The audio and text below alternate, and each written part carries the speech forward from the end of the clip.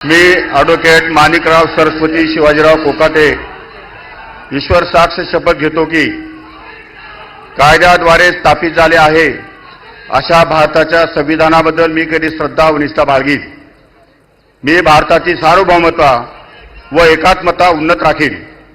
मी महाराष्ट्र राज्याचा मंत्री म्हणून माझी कामे निष्ठापूर्वक व सतत विवेकबुद्धीने पार पाडीन आणि संविधान व कायदा यानुसार सर्व तऱ्हेच्या लोकांना मी निर्भयपणे व निपक्षपातीपणे तसेच कोणत्याही विषयी ममत्वभाव किंवा आकस न बाळगता न्याय वागणूक घेईन.